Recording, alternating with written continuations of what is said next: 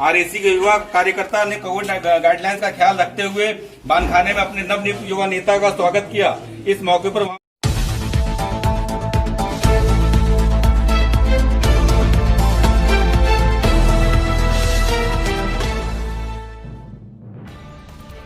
कोविड-19 की गाइडलाइन को आरएसी ने तलाक देते हुए फ्रांस का किया विरोध।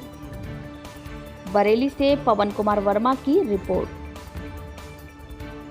आज उत्तर प्रदेश के बरेली में ऑल इंडिया रजा एक्शन कमेटी के पदाधिकारियों ने राष्ट्रपति के नाम एक ज्ञापन जिलाधिकारी कार्यालय पहुंचकर सौंपा।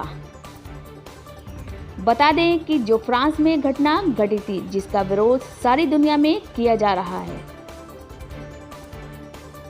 विरोध प्रदर्शन हिंदुस्तान में भी फ्रांस का मुसलमान द्वारा किया जा रहा है। ज्ञापन में मांग की गई है कि विरोध प्रदर्शन पर रोक न लगाई जाए। वहीं पर कमेटी के सदस्य फैजान रजा ने विवादित बयान देते हुए कहा है कि कुछ ऐसे शरारती तत्व होते हैं कि जब उनके बाबा बच्चियों से रेप करते हैं तो उनके समर्थन करने वाले रोडों पर नंगा नाच करते हैं और गाड़ियों को और कारों को आग लगाते हैं। हमने इसी हिंदुस्तान के अंदर यह भी देखा है कि जब गाय मांस के नाम पर लोगों की जानें ली जाती हैं, उनकी हत्याएं कर दी जाती हैं।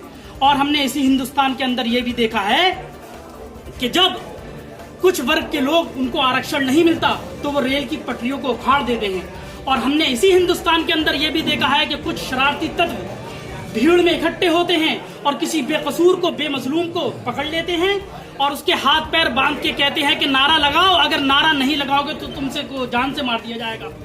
लेकिन ज्ञापन में कोविड-19 की दुहाई देते हुए सामाजिक दूरी की बात भी दर्शाई गई है।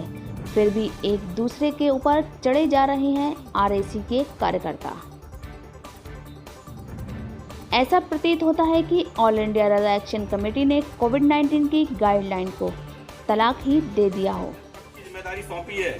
आरएसी के युवा कार्यकर्ता ने कोविड गाइडलाइंस का ख्याल रखते हुए बांधखाने में अपने नवनियुक्त युवा नेता का स्वागत किया। इस मौके पर तस्वीरों में साफ देखा जा सकता है कि किस तरह से बिना मास्क लगाए हुए हैं पदाधिकारी और कार्यकर्ता और सामाजिक दूरी की धज्जियां उड़ा रहे हैं। क्या कहना चाहते हैं? आज ऑल इंडिया रजा एक्शन की कमेटी की जानिब से फ्रांस के खिलाफ जो प्रदर्शन हो रहे हैं, शांतिपूर्ण प्रदर्शन जो हो रहे हैं, उन पर गवर्नमेंट रोक लगाने की मांग कर रही है। शांतिपूर्ण विरोध करना ये हम भारतीयों का संवैधानिक अधिकार है, इसे कोई हमसे छीन नहीं सकता। और मैं आपको बताना चाहता हूं कि पूरी दुनिया के अंदर फ्रांस के खिलाफ जो शांतिपूर्ण और पीसफुली प्रदर्शन हो रहे हैं, उसमें एक नोट करने वाली बात है जो कि कोई मीडिया, कोई न्यूज चैनल नहीं बता रहा कि पूरी दुनिया विरोध कर रही है, लेकिन कहीं पर न किसी गांव में, न किसी शहर में, न किसी कस्बे में 1 रुपए की संपत्ति को हानि नहीं पहुंचाई गई। कितनी बड़ी बात है ये। और हमने हिंदुस्तान के अंदर देखा है कि कुछ ऐसे शरारती तत्व होते हैं कि जब उनके बाबा बच्चियों से रेप करते हैं तो उनके समर्थन करने वाले रोडों पर नंगा नाच करते हैं और गाड़ियों को और कारों को आग लगाते हैं।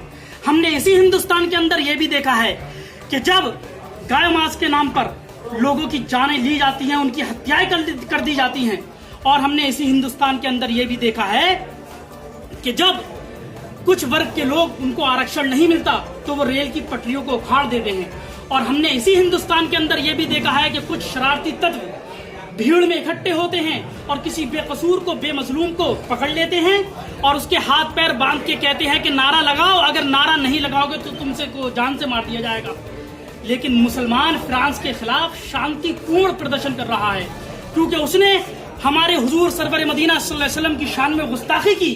होना तो ये चाहिए पूरी दुनिया ऐसे सामाजिक सोच का बहिष्कार करे जिसने कार्टून बनाया है। और हम भारतीय गवर्नमेंट से यह अनुरोध करते हैं कि वो भी इसमें हमारा साथ दें और हुजूर सरवर मदीना सल्लल्लाहु अलैहि वसल्लम की शान में गुस्ताखी हिंदुस्तान का मुसलमान, दुनिया का मुसलमान बर्दाश्त नहीं करेगा। अधिकार है विरोध करने का। हमारे पैगंबर इस्लाम के खिलाफ जो कार्टून बनाया गया है, हमारा दिल दुखाए और किसी का दिल दुखाना ये मुनासिब नहीं है, चाहे वो कहीं का भी राष्ट्रपति क्यों ना हो। हमें अधिकार है, हम राष्ट्रपति, हिंदुस्तान के राष्ट्रपति जी से भी हम